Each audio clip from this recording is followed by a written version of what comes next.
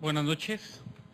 Buenas noches a todos ustedes, a todos los miembros asociados de la Asociación Mexicana de Medicina Crítica y Terapia Intensiva que se encuentran vía internet, y a los aquí presentes. Pues la asociación, como es ya su costumbre, de estar dando la sesión mensual,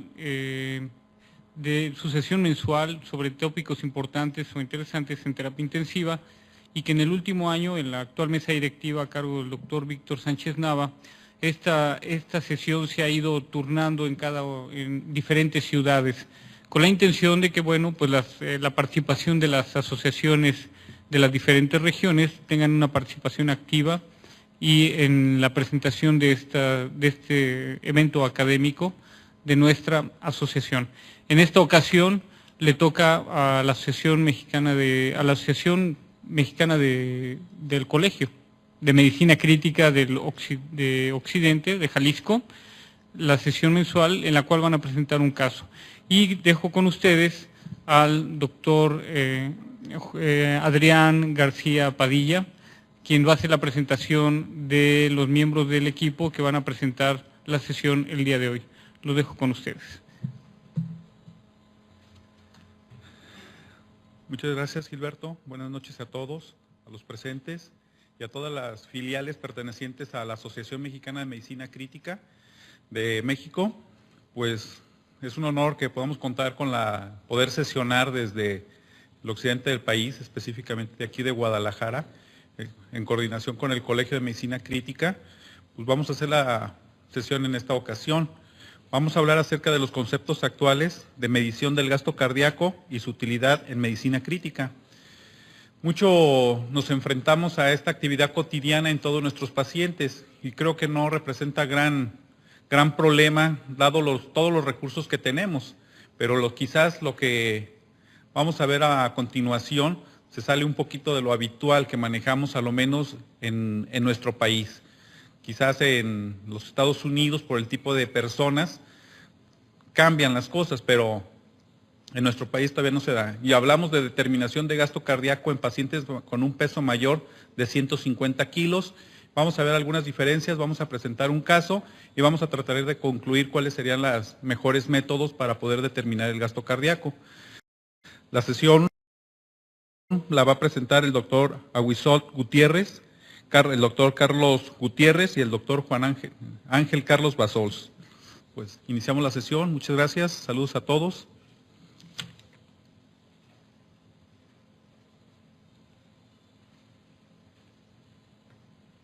Buenas noches. Es como las personas que me han precedido en el habla, un honor para el Colegio Jalisciense de Medicina Crítica el estar en esta ocasión al frente del micrófono, y esperamos mantener la asistencia en los siguientes minutos. El siguiente es un caso real, sin maquillaje. Es un paciente que por fortuna es trasladado de un hospital a otro con mayores recursos, con un problema muy grave durante ese traslado, y 5 días después, en el hospital en el que laboramos las personas que vamos a presentar ahora, fallece por agudización de la acidosis respiratoria y la hipertensión pulmonar que tenía el paciente. Si podemos empezar, por favor.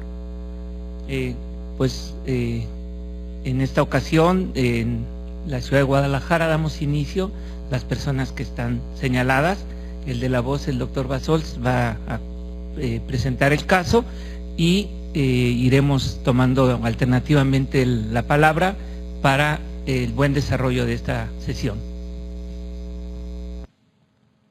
Es un paciente masculino al inicio de la 4ª década de la vida, de familia de estrato socioeconómico alto, que no tiene antecedentes de importancia y que se fue a recluir en un hotel de lujo los últimos 6 meses de su vida, y sube entre 30 y 40 kilos en ese tiempo. Se abandona del resto de la sociedad en general, no tiene cuidados familiares, no hay cuidados médicos, y pues se presenta como una catástrofe su traslado a esta ciudad. como pueden ver, pues el paciente tiene una obesidad mórbida. Se hizo el cálculo del índice de masa corporal y llegaba a 51. Es atendido, como les digo, después de haber sido estabilizado en un hospital en esta ciudad y trasladado a otro hospital en el medio privado para el manejo que podríamos decir definitivo o prolongado.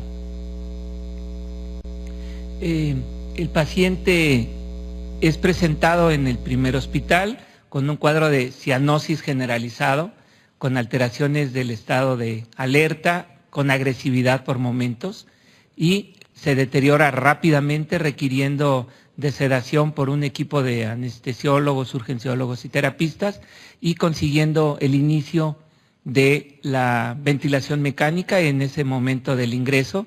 Los exámenes del paciente demuestran 618 de glucosa. El paciente no se conocía diabético y, como se menciona, había estado fuera de posibilidades incluso de contacto cercano de familia. Este es el tórax de ingreso. Hacemos ver de que la placa se tomó de los archivos del hospital y pues tiene una mancha ahí extraña que no correlaciona con el cuadro del paciente. Es un artefacto mecánico a la hora en que se imprimió. El paciente tiene en este momento colocado un catéter yugular, no hay zonas de consolidación en los campos pulmonares y no se alcanza a ver, pero el paciente tiene una cardiomegalia aparente 2 a 3. En el primer internamiento, pues, se deteriora rápidamente su condición respiratoria, requiere de una generosa cantidad de aminas vasoactivas, esto es en el rango de alfa o doble alfa de noradrenalina, dopamina, y se seda, se intuba, presenta síndrome febril que lo acompañará los siguientes 5 días de su existencia y no se modifica por métodos químicos o de control con agua helada, y presenta un primer estudio de eco y exámenes de laboratorio que vamos a dar a conocer.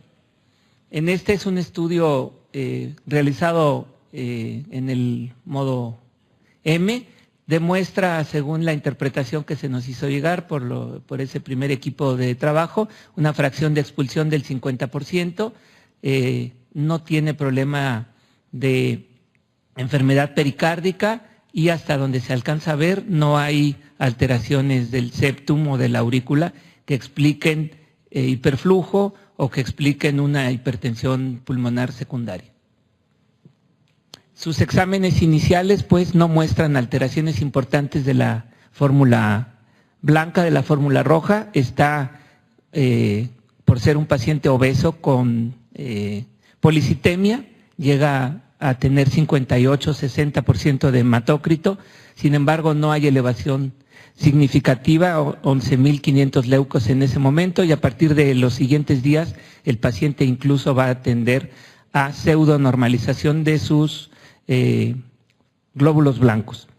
El panel cardíaco, como pueden ustedes observar, es prácticamente negativo a un problema miocárdico agudo y presenta elevación importante de dímeros D, y en esta día 0 o día 1 de la historia de este paciente, su creatinina está moderadamente elevada con una restricción de la función renal que puede llegar a rangos de depuración de creatinina cercanos a 60 o 70% de la función normal.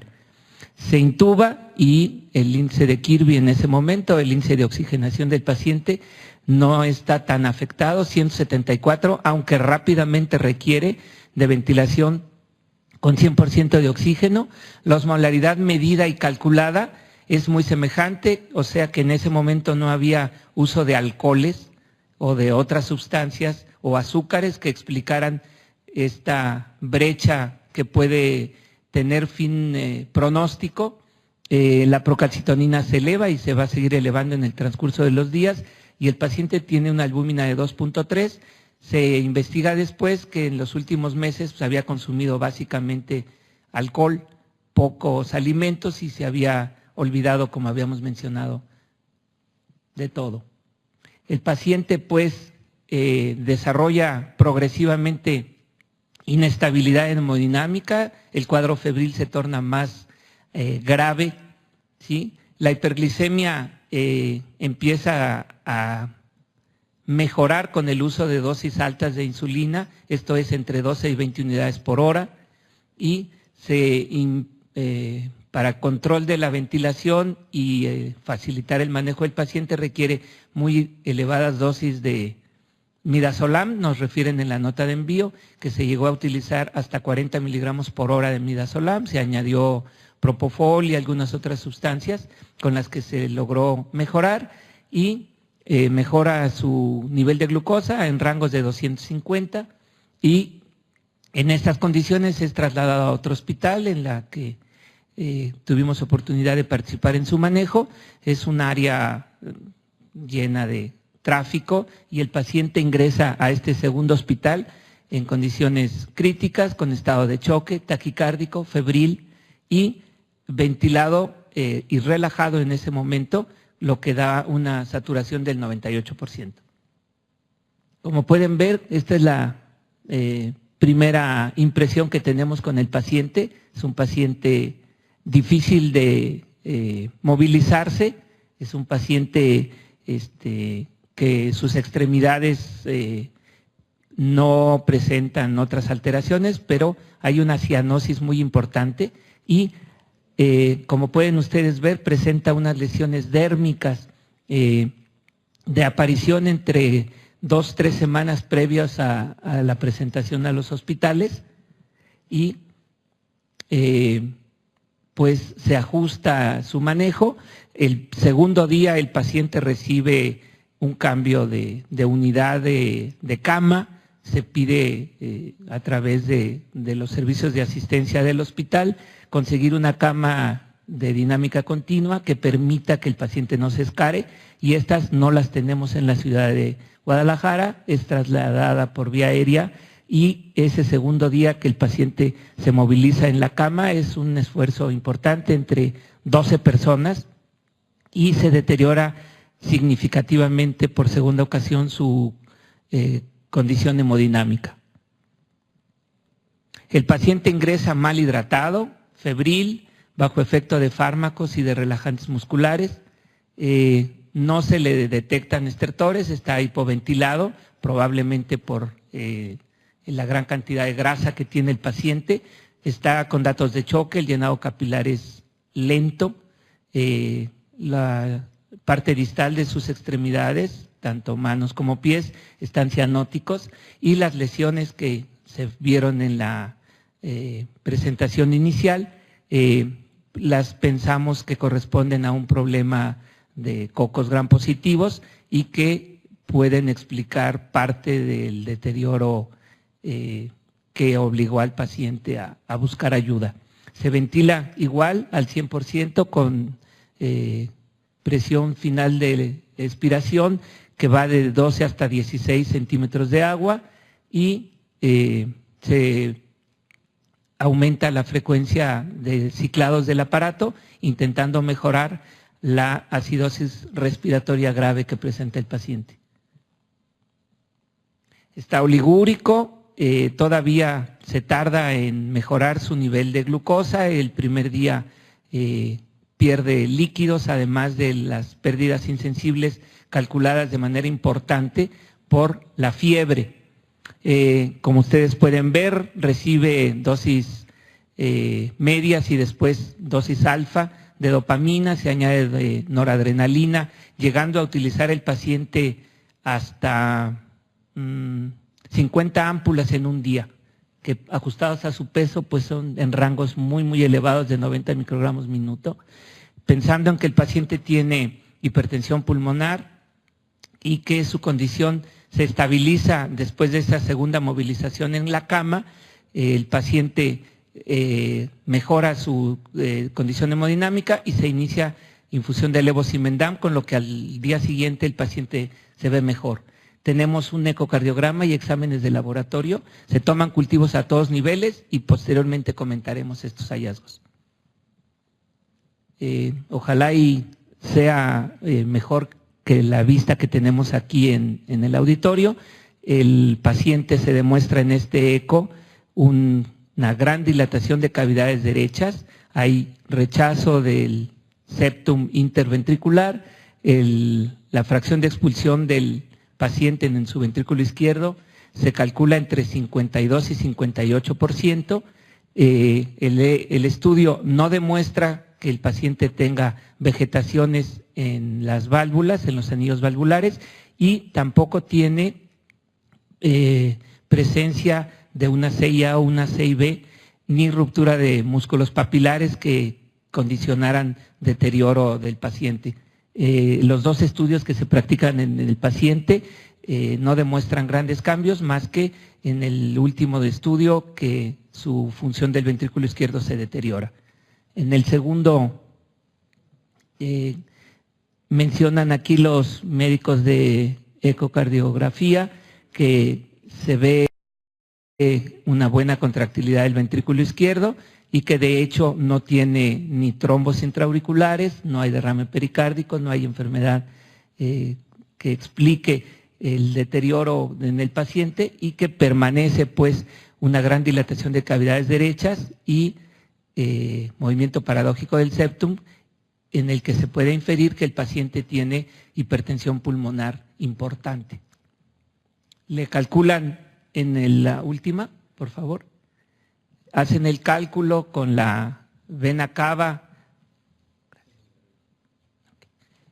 En el último hacen el cálculo de la vena cava y la aurícula, y entonces llegan a medir hasta 55-60 de presión de la pulmonar. En ninguno de los dos estudios, pues, hechos intencionadamente, los médicos de ecocardio mencionan que se explicara la causa de la fiebre que presenta el paciente. Bueno, ya posterior a ser reacomodado en una cama que permita el peso y que permita una estancia prolongada del paciente, se colocan sistemas de compresión neumática y el colchón de cinética continua, pensando que el paciente pues va a durar una estancia prolongada en el servicio. Aquí el pase de visita del cuerpo de médicos internos y residentes de nuestra unidad. El paciente pues tiene ese día la persistencia de la hemoglobina elevada, no se han elevado o no han disminuido ni elevado las plaquetas, se pseudo normalizaron los leucos, se incrementaron del 5 al 18% las bandas, tiene datos de disfunción hepática, se incrementó el daño renal y empieza la elevación progresiva hasta el último día del sodio total. El paciente, como pueden ustedes ver aquí, tiene una acidosis respiratoria importante y el nivel de lactato a partir de este día se va a incrementar en función de la dosis masiva que recibe de aminas. El índice de Kirby ha empeorado, el ecosonograma del hígado, pensando en esta disfunción hepática, reporta un hígado graso en relación a sobrepeso. Llamado el nefrólogo, nos dice que la mejor manera de medir la función renal en el paciente no es a través de la depuración de creatinina medida, sino la que fuera calculada en 24 horas y con uso de la albúmina y demás, utilizando este método MDRD y una creatinina que se ha incrementado al doble de lo que tenía, se ve que la función renal se ha empeorado. Sin embargo, el paciente mantiene todavía flujos urinarios. Este primer día, después de 2 o 3 intentos y cuidando que no tuviera problemas de sangrado, ya que estaba recibiendo Sigris desde la noche anterior, se consigue la colocación de un aparato de Swan-Ganz, un equipo de termodilución en la pulmonar, y ese día, lo vamos a ver más adelante, demuestra todavía alteraciones con una pobre función ventricular, y al ser estabilizado con más líquidos y con una dosis más elevada de aminas y el levosimendan, se mejora a datos de hiperdinamia. En el transcurso de esa mañana, el paciente tiene el sistema que vamos a platicar en el transcurso del día, de una medición no invasiva de gasto cardíaco por reinhalación, y tiene una aparente buena concordancia entre los datos.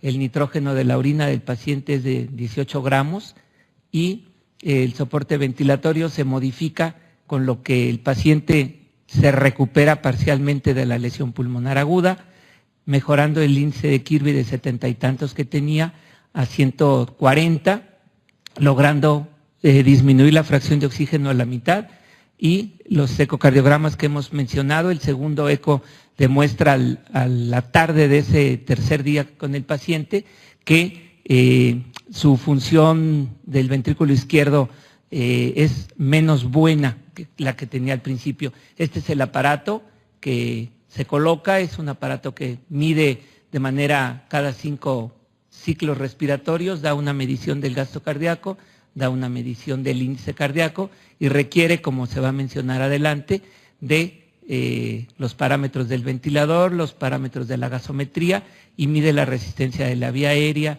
y tiene un equipo de capnografía continua.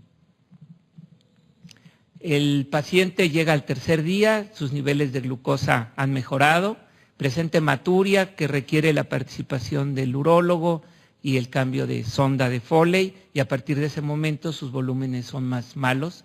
No se deteriora en esas 24 horas previas su función renal, estaba recibiendo caspofungina, meropenem y tigesilina, esta última pensando en que eran cocos gram positivos, lo que explicaba las lesiones dermoepidérmicas, y el paciente había mejorado para esa fecha.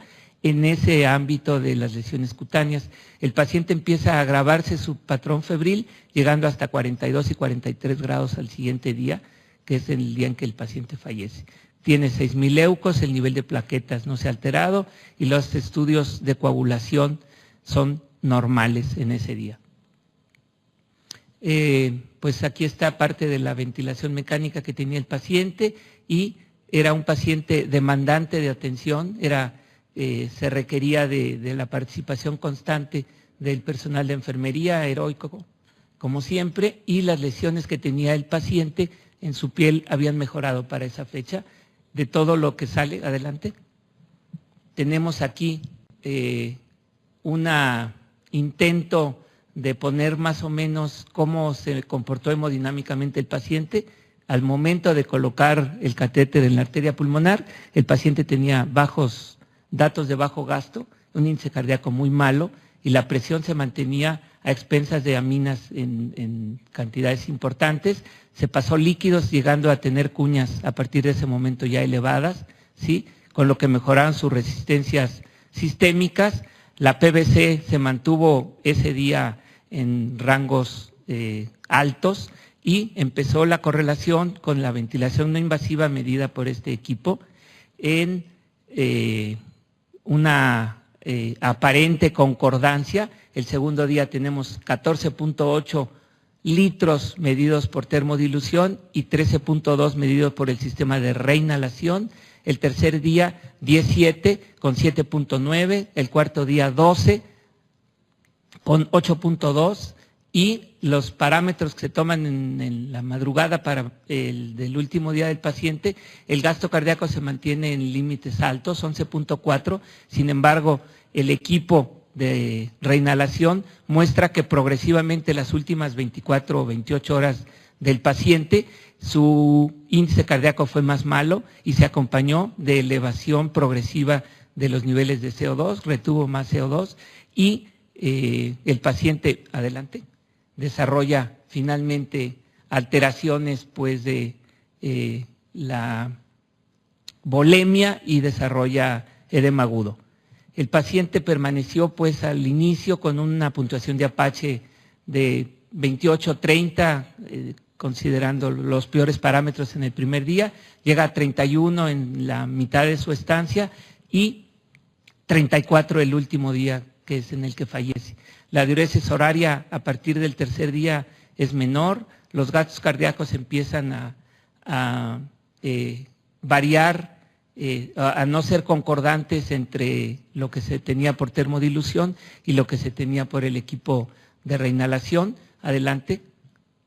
¿sí? Aquí parte de un equipo que se nos facilitó de la ciudad de Monterrey, que permite que el paciente tenga estancias prolongadas sin lesionar su estructura de la piel. Hay 2 hemocultivos tomados el primer día que desarrollaron Staphylococcus hominis, variedad hominis, multisensibles, y se encontró que el paciente no era portador de VIH en ese momento. El perfil toxicológico fue negativo, el nivel de alcohol en sangre al ingreso en el primer hospital fue negativo, no tenía consumo de alcohol o de drogas de abuso, que hubiera sido la causa de una falla cardíaca. Los anestesiólogos nos perjuraron que no hubo datos de broncoaspiración, aunque fue una intubación muy difícil. La tarde del 4.º día el paciente agrava sus condiciones, se deteriora sus constantes gasométricas, se vuelve a aparecer acidosis respiratoria y la creatinina pues continúa en ascenso, pierde volumen, se retira el Sigris, se instala un catéter de Majurcar, el sodio sigue galopando hacia el cielo junto con el paciente, hay una mala evolución, llega a tener 43 grados de temperatura, hay acidosis mixta, porque a pesar de todos los manejos, todos los medicamentos y el soporte que se tiene con el paciente desarrolla progresivamente hipotensión, ¿sí? Se agravan sus condiciones y fallece antes de empezar la hemodiálisis, ya que la familia pensó que no era una opción muy adecuada hacer otro riesgo en un paciente que además de la inestabilidad hemodinámica estaba ahora en condiciones de choque. En estas condiciones, vamos a ver la siguiente diapositiva, pues termina exactamente en lo que vemos aquí, en los últimos 4 minutos de desarrollar una taquicardia impresionante, lo que nos mencionan como una torsión de la punta, latido agónico y finalmente el paciente fallece. En primer lugar, pues tenemos que el equipo de termodilución presenta la necesidad de que los equipos de atención de los pacientes estén perfectamente entrenados. Hay una gran posibilidad de error humano en la colocación o que no quede en la posición fija, constante. Al uso de los días los equipos se hacen chiclosos, pueden migrar, pueden generar trombos, al inicio de su colocación pueden generar arritmias y depende pues de la velocidad a la que se administra el líquido, que se mantenga una adecuada técnica y consume tiempo en las personas, pero es por ahora el método más reproducido y que con más fidelidad reproduce el estado hemodinámico del paciente de terapia intensiva, incluidos los pacientes con problema coronario agudo. Se menciona pues de que es una herramienta dependiente de la importancia técnica o finura con la que lo maneje el operador y que cuesta una buena cantidad de recursos, de dinero y que implica pues horas de estar en la medición de los parámetros que se puede tener de inmediato con otros sistemas. Se mencionan pues que se deben de hacer de 3 a 5 mediciones de gasto cardíaco para que el error inherente que se encuentra en esta posibilidad llega del 10 al 20% y si se hiciera una sola lectura por termodilución con agua helada, el error podría ser hasta del 37% o más.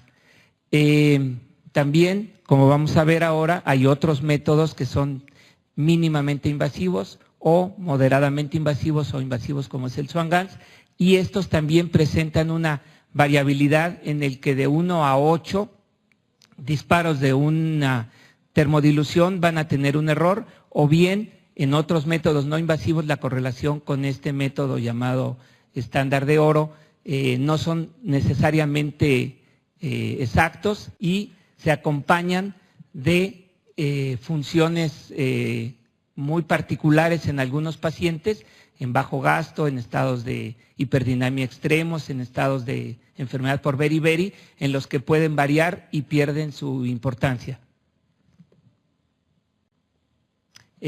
Pues como se menciona en la presente diapositiva, una de las tendencias en medicina crítica actual es no dañar al paciente, hacer uso de equipos que no sean invasivos, que sean rápidamente reproducibles sus métodos, sus resultados sean comparables y permitan el manejo fino del paciente y que rápidamente permitan respuesta en el cambio del paciente.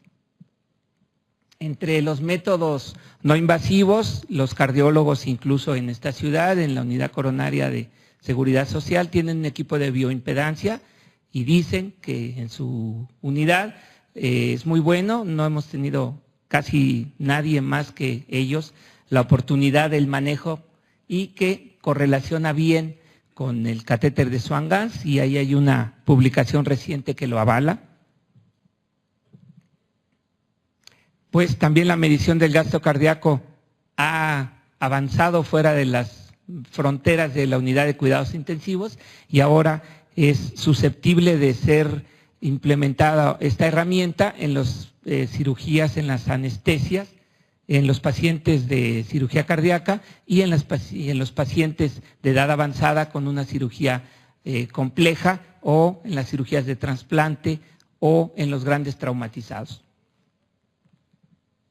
El gasto cardíaco pues se considera como una de las mediciones, una herramienta muy útil para ajustar el manejo de los pacientes, optimizar su tratamiento y, si se obtiene de una manera rápida, permite ajustar los fármacos a la condición de ese momento del paciente y optimizar los resultados.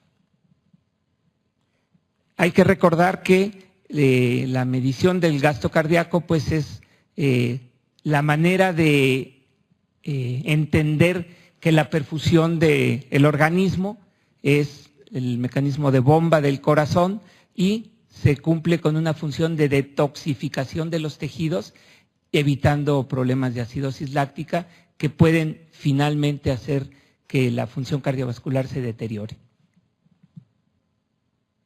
Esto es común, está uno en la entrega de guardia y ha sido pues motivo seguramente de muchos jalones de orejas a todos los residentes, incluidos hace muchos años el de la voz, en el que te juro que hace 2 minutos el paciente estaba bien y yo no le desconecté el sistema de ventilación, pero ¿cómo, mi querido amigo, te quedas todo el fin de semana porque tu paciente pues ya no está entre nosotros?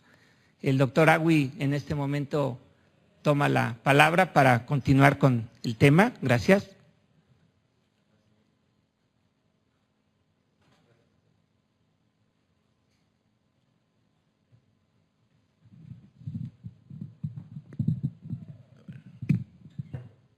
Buenas noches, gracias por la invitación, bienvenidos.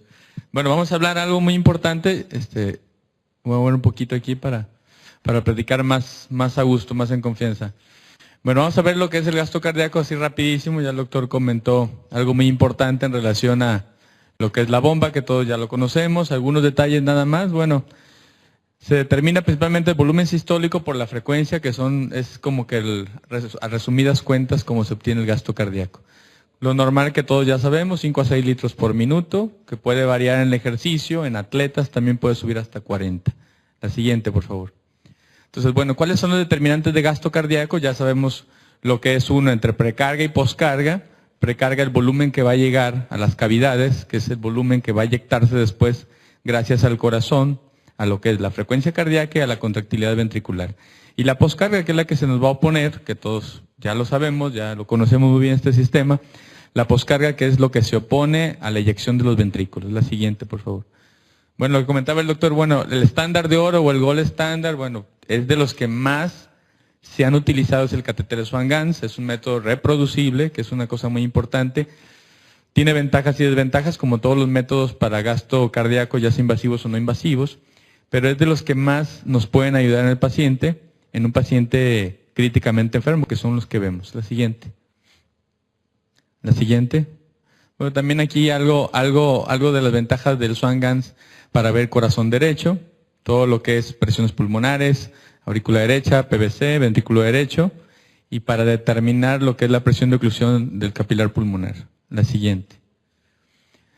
La termodilución es uno de los métodos que más ayudan o que más sirven en pacientes, pero requiere varias cosas, que ya lo comentó ampliamente el doctor Basols, como es requerir invadir al paciente, se requiere un catéter que va hasta la arteria pulmonar y tiene que ser personal calificado el que maneje este catéter. Entonces a veces me ha tocado ver, bueno, y me hubiera gustado subir, traigo una foto de un Swan-Ganz con agua en el globo.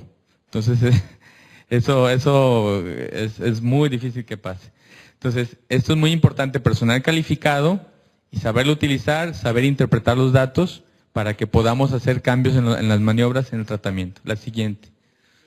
Entonces, la termodilución, pues bueno, es muy reproducible, es muy sensible, tiene inconvenientes que ya platicaba yo ahorita con ustedes, requiere invadir al paciente, consume tiempo, personal calificado, y además necesitamos que la persona que lo haga o que tome las determinaciones sea un médico entrenado, y que personal que esté laborando con el catéter, utilizándolo, sepa utilizar ese catéter. Por eso les decía de eso que me llamó la atención, agua en el globo del catéter de Swan-Ganz. La siguiente.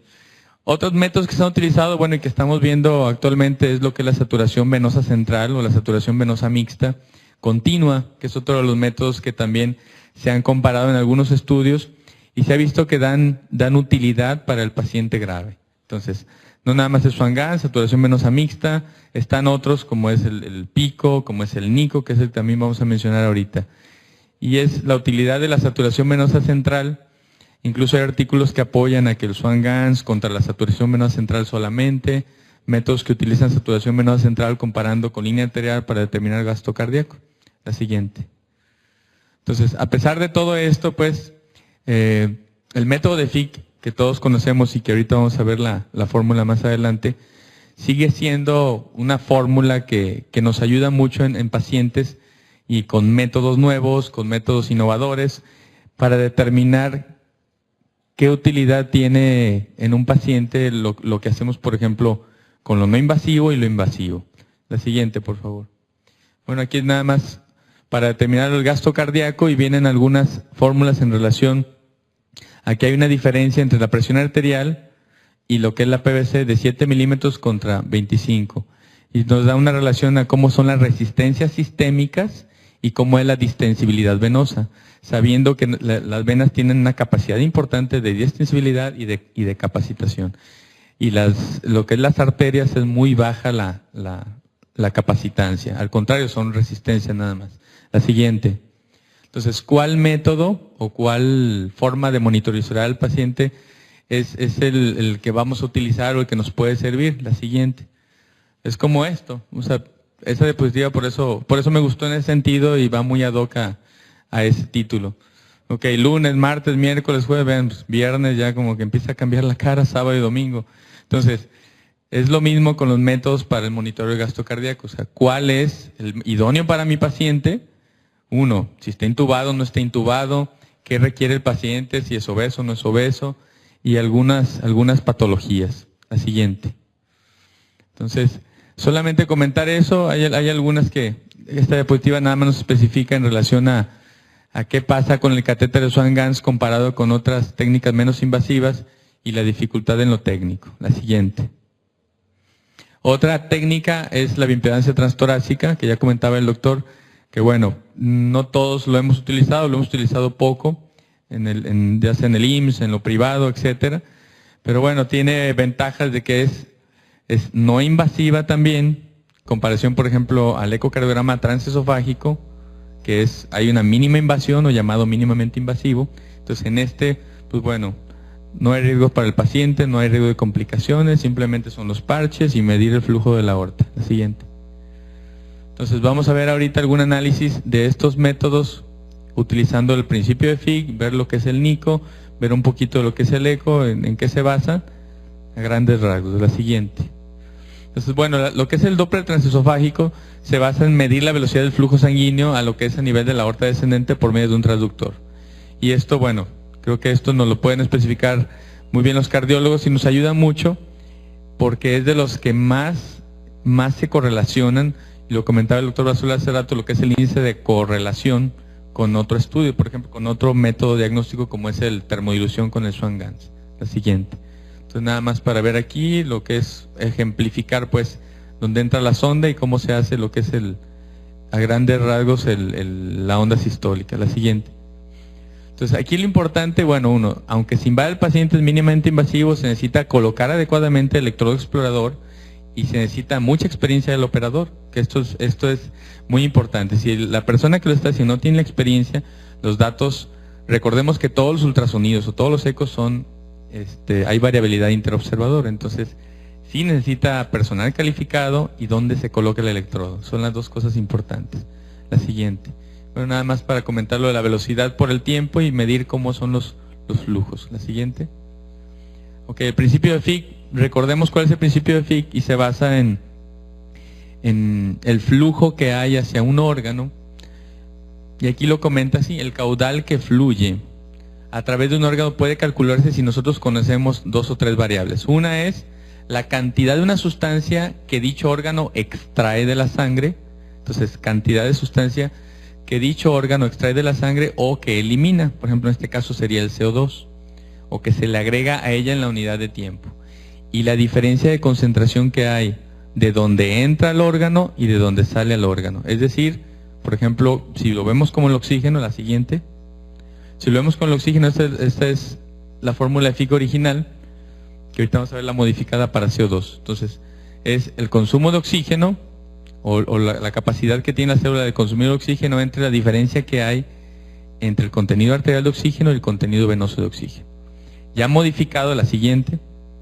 Bueno, nada más aquí el paciente con su ventilador, con su monitor NICO, que es el que vamos a hablar más adelante también. La siguiente.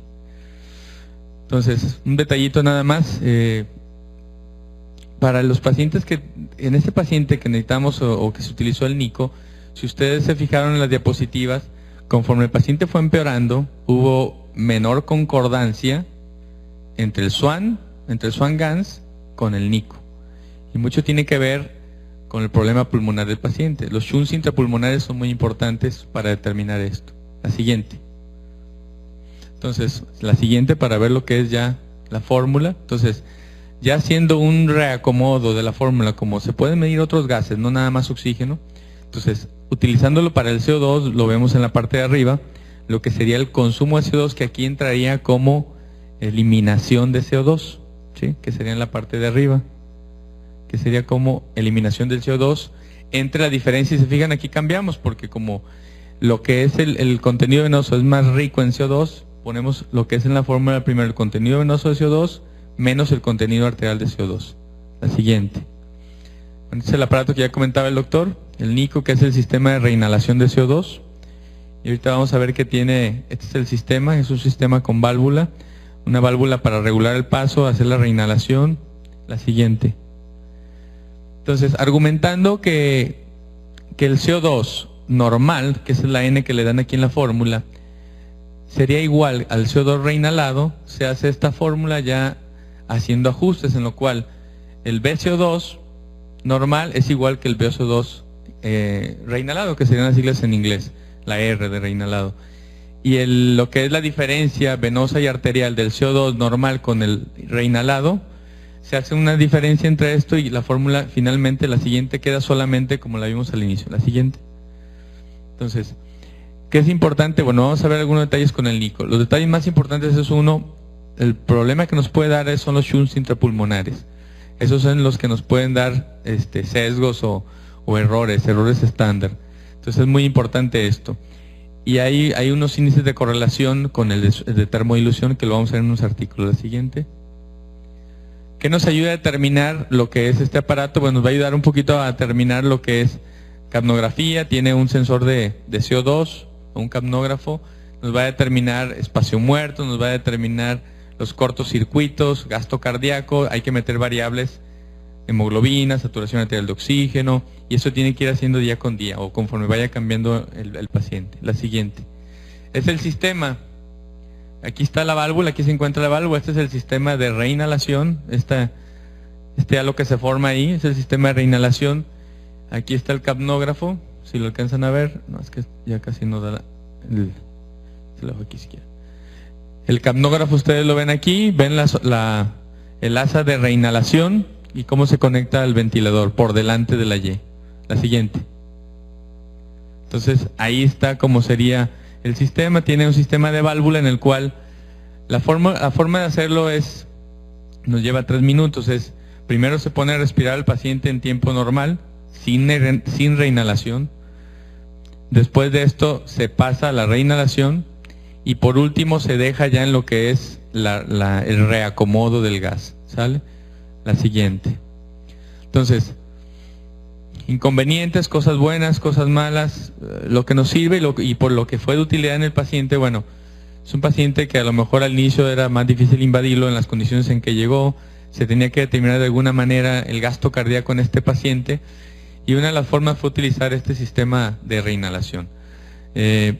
Lo más importante sería la no invasividad y que hay cierta correlación hasta que el paciente no presente algunos problemas. Si lo vemos aquí, bueno, la reinhalación parcial, los shunts intrapulmonares es uno de los problemas que comentábamos. La siguiente. ¿Qué se necesita? Bueno, que el paciente esté ventilado. Entonces, debemos saber a quién seleccionamos. Un paciente intubado es una opción para poner un paciente con NICO, ¿sí? Y también lo que comentaba el doctor Brazos al inicio, bueno, hay que tomar gasometría diaria, que eso todos los pacientes críticos o la mayoría se toma, dependiendo del padecimiento. Se debe de checar parámetros de ventilación, irlos ajustando a como uno cambia los parámetros, niveles de hemoglobina, saturación, etcétera. La siguiente.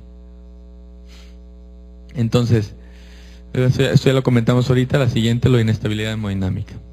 Aquí están algunos de los datos que ya comentaban, lo que es el CO2 teleexpiratorio, o el CO2 que se está eliminando, que aquí lo vemos que estaba en 57. Si se fijan, el paciente llegó a tener hasta 70 de CO2, de PCO2.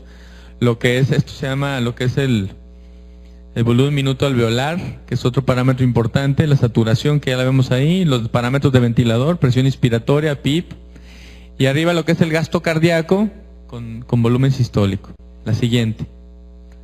Este es un estudio, está cargada, pero lo más importante de esta plática o de esta diapositiva es un estudio que se hizo para determinar gasto cardíaco por diferentes métodos, lo que es la bioimpedancia transtorácica, lo que es la reinhalación de CO2, que es el NICO, y lo que es el Doppler transesofágico, comparado con el termodilución, y fue esto hecho en perros, ¿sí? Entonces fueron 6 perros. Los valores, hay ciertas concordancias, por ejemplo, entre bioimpedancia y NICO, entre lo que es NICO con termodilución, pero sí había algo de infraestimación en algunos de estos perros. La siguiente. Otro de los artículos, este artículo está muy bueno, es de una revista española, como lo ven ahí, y es medición del gasto cardíaco en el posoperatorio de cirugía cardíaca. Y en lo que se hizo es comparar NICO contra termodilución por medio del catéter de arteria pulmonar. En esto lo que pasó, bueno, fue hacer un índice de correlación, que vamos a ver una gráfica ahorita en la siguiente diapositiva, en la cual si estos puntos de concordancia llegan a 0, hay una mayor concordancia entre los dos estudios, pero si se empiezan a alejar y unos están arriba, por ejemplo el de gasto cardíaco, como aquí pasó, y el de reinhalación queda abajo, hay ciertos datos que se puede alejar esa concordancia. Los estudios varían. La siguiente, por favor. Por ejemplo, hay un estudio que se hizo en pacientes posoperadas también de cirugía de cadera, en las cuales hubo una correlación más cerrada. Entonces, ¿qué es lo importante de este método que nos puede ayudar? Nos puede ayudar en pacientes graves, en pacientes que no se pueda invadir, pacientes que estén intubados. La siguiente. Este es el otro artículo que les comentaba. Si es una comparación de la medición de gasto cardíaco entre NICO y lo que sería termodilución durante lo que fue el reemplazo de cadera. Fueron aproximadamente 75 pacientes, se metieron a diferentes grupos y lo que se obtuvo al final de cuentas es que sí había una correlación más estrecha en este caso. En el otro artículo que vimos no había tanta correlación. Hay una cosa que le llaman lo que es error porcentual, y lo comentaba el doctor, que en algunos casos llegó a ser mayor del 30%. En este estudio fue menor del 30%, eso habla de que hay una adecuada correlación con SWAN. o con termodilución, pero en otros llegó a ser hasta el 37%, lo cual habla que dependiendo del personal, dependiendo de la patología del paciente, que eso es importante, y dependiendo de las condiciones. La siguiente. Entonces, a continuación dejo al doctor Basols para que nos hable un poquito de lo que es la curva de presión arterial y algunos otros datos. Gracias. La manera el pensamiento inicial que se tuvo en pedir el equipo NICO es que el paciente estaba recibiendo la infusión de Sigris y había facilidad de sangrado, por eso se pidió esto y se aprovechó pues para la correlación y por diversas circunstancias, un profesor canadiense que estará con todos ustedes en el mes de septiembre, su manera de presentación que era originalmente para hoy no se hizo y pues aprovechamos nosotros para presentarles a ustedes esto. En el caso de este paciente, la posibilidad de colocar una línea arterial, condición sine qua non para que estos equipos funcionen, no se tenía unas extremidades, primero con mucha masa, primero con mucha grasa y después con mucho líquido, producto de recibir manejo masivo de líquidos. El estudio de presión de la curva arterial o el estudio de la curva de la presión arterial en los pacientes da una manera diferente de que se pueda medir el gasto cardíaco, ¿sí? Entre estos hay un equipo que se llama PICO, que vamos a ver aquí adelante, y otro que por sus siglas en inglés es Pulse Cardiac Output, y que utiliza la dilución de cloruro de litio, que se dice que en esas pequeñas cantidades es inocuo, no causa daño, y permiten reproducir al instante en cada latido del paciente y hacer un monitoreo continuo, y dicen algunas publicaciones que es muy sensible, muy semejante al de termodilución, y que en un estudio estadístico que sería la correlación de varianzas, ¿sí? Medir lo que se parece de un método con el otro, medir esas dos tendencias centrales de esos pacientes y se pudiera tener de alguna manera. Primera diapositiva que tienen aquí ustedes ejemplifica el que el paciente tenga una manera de medir la saturación venosa continua en el paciente y se tenga una línea arterial con un equipo muy importante, que sea un transductor muy fino y que permite pues que a través de la otra máquina que tienen allí sea el gasto continuo, el gasto cardíaco continuo. Esto implica, como ustedes pueden ver, que no es un método exento de riesgos, que requiere de invasión y finalmente de gastos, pero en manos bien entrenadas mencionan que esto es una excelente posibilidad y que es accesible si se tiene el aparato, el resto de equipo no es demasiado elevado. Se requiere de un catéter venoso central específico y un transductor de presión que analiza lo que sigue, ¿sí? El paciente da un volumen cardíaco continuo y a través de varios ciclos nos da las variaciones en el volumen sistólico, y esto es de mucha utilidad en el paciente y que de alguna otra manera es invadido moderadamente. Esto es en el modelo número 3, que la máquina tiene, además de las mediciones o de los dos catéteres que tiene unos aditamentos en los que se semeja la distensibilidad de la aorta y que entonces permitiría a través del análisis del pulso la medición con mucha aproximación a la realidad de lo que sucede. El doctor Adrián García Padilla terminará con algunas cuestiones distintas de lo que se observan en otras latitudes y lo que pues tenemos accesible en nuestro medio. Gracias, doctor. Pues como ya comentaron los compañeros, hablan acerca de lo que nos tocó vivir en este caso, pero cuando revisábamos la literatura nos encontramos que quizás la obesidad no debería de ser un factor de riesgo para que nuestros pacientes tuvieran un desenlace fatal. Desafortunadamente no ha sucedido esto. en los pacientes que hemos manejado en la terapia intensiva, tanto particulares como en las instituciones, específicamente en Centro Médico Nacional de Occidente, pacientes con peso cercano a los 180, 220 kilos han fallecido en su manejo. Como vemos aquí en la publicación realizada en el 2008 en Critical Care, habla acerca de que la obesidad de los pacientes no está asociado con un exceso en la mortalidad, de tal manera que esto nos señala pues que los pacientes deberían de sobrevivir, si acaso solamente se incrementa los días de ventilación, así como la estancia en la unidad de cuidados intensivos.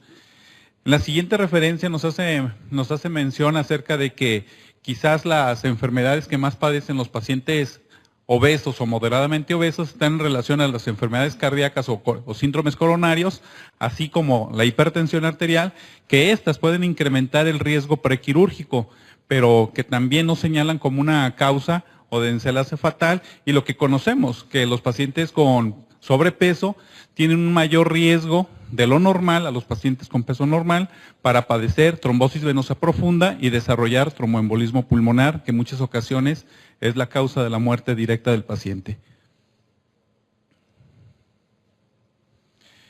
Y bueno, vemos aquí la referencia en la revista de obesidad, habla acerca de que los pacientes simplemente que tienen un mayor riesgo para presentar infecciones en relación y que esto empeora su pronóstico en relación a aquellos pacientes que no tienen obesidad, y que finalmente a muchas ocasiones hablamos de una contraindicación quizás para cirugía cardíaca a los pacientes obesos, pues lo que está publicado en la revista europea de cirugía cardiotorácica nos menciona que esto no debería de significar un riesgo para los pacientes y que no encontraron un incremento en la mortalidad, en las complicaciones perioperatorias, tomando a 30 días como referencia.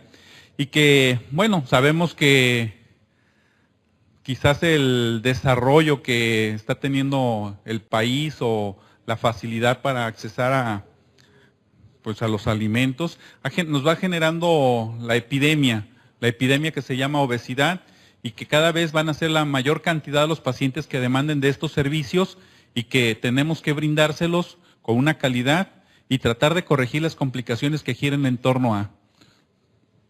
Yo creo que sería todo. No sé si, doctor Gilberto, existen algunas preguntas.